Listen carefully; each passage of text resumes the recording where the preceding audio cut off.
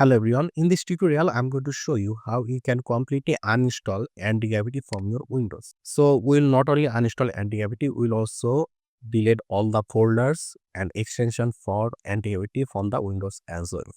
So first of all, let's go to the setting, and once you go to the setting, we'll go to the apps, and in the apps here you can see install apps. So you need to click here. After that, you need to look for anti-gravity. Here you can see anti-gravity. So we need to click on this three dot, then click here uninstall, then click on uninstall again, then click here yes.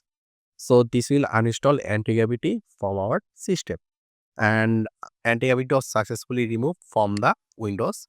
So right now there is still some folders and extension which is in our Windows. So for it, we need to go to our folder and we're going to delete that. So we'll go to our local disk C, then we'll find the users folder. Here you can see users. We need to click on this, and then here you can see we have one more user folder.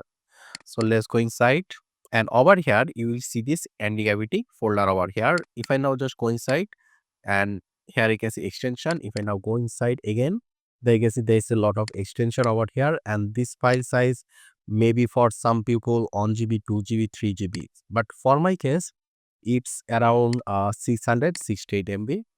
So we can just delete this folder without any worry. So we're going to delete this, and it's done. So anti-gravity is completely removed from your system. So I hope this was useful. Make sure to subscribe, and I hope to see you in the future tutorials.